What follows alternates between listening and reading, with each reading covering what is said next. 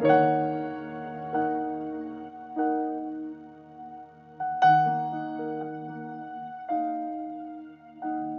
wonder how a righteous man's moment of weakness led to a curse that shaped biblical history?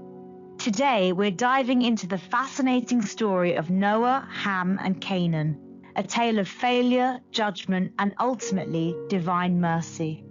You know, it's really striking how this story begins with Noah, who's described as a righteous man, yet we see him in such a vulnerable state.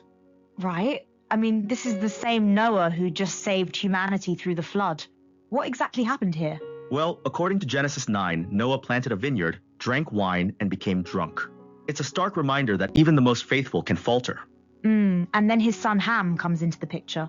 What's the significance there? The text tells us Ham saw his father's nakedness and told his brothers. But here's what's interesting. Some scholars suggest Ham's reaction might have been more about disappointment than mockery.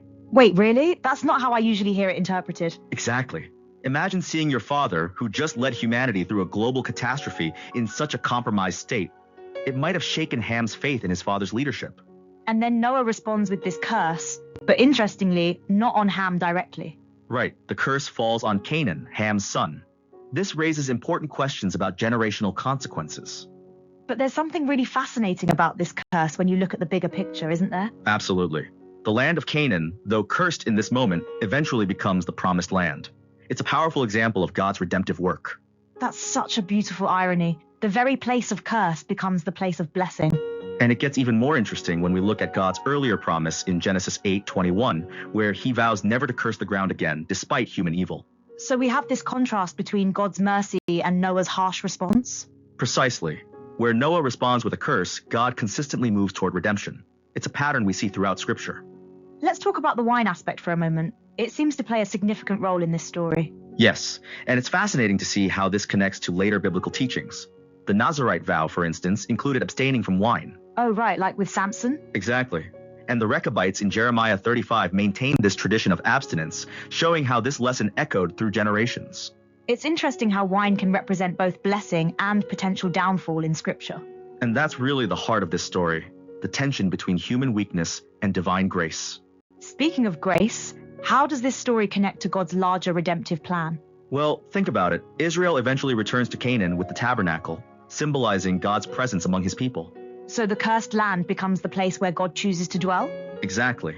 It's a powerful picture of how God's grace transforms what was cursed into something holy. That reminds me of Romans 5:20, where sin abounded, grace did much more abound. That's precisely it. This story isn't ultimately about the curse, it's about God's overwhelming grace. You know what strikes me? How this story warns against spiritual complacency after great victories.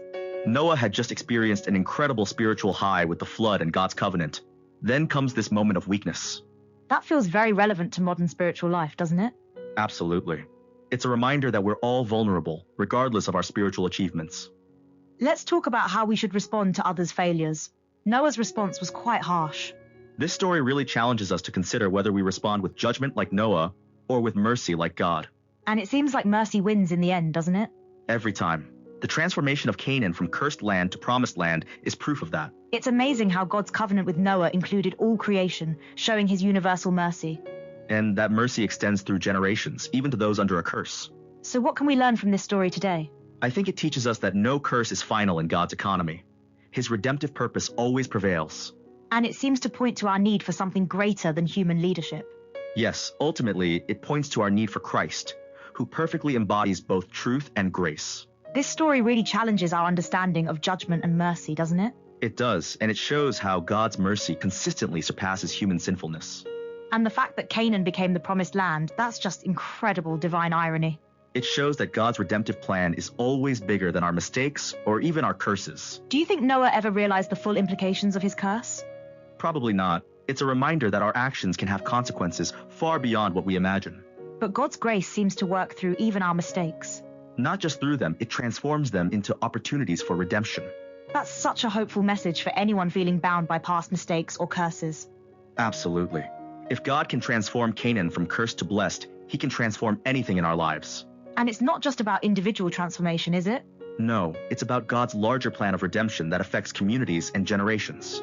The way God weaves these stories together is remarkable. It shows his masterful ability to bring beauty from ashes, blessing from curse. What strikes me is how this pattern of grace keeps repeating throughout Scripture. Yes, from Genesis to Revelation, it's the same story of God's redemptive love overcoming human failure. And that brings us to the end of today's episode of Co-Pilot Podcasts. Remember, wherever you see a curse in your life, look for God's transforming grace. It's always at work. Thanks for joining us on this journey from curse to blessing. Until next time.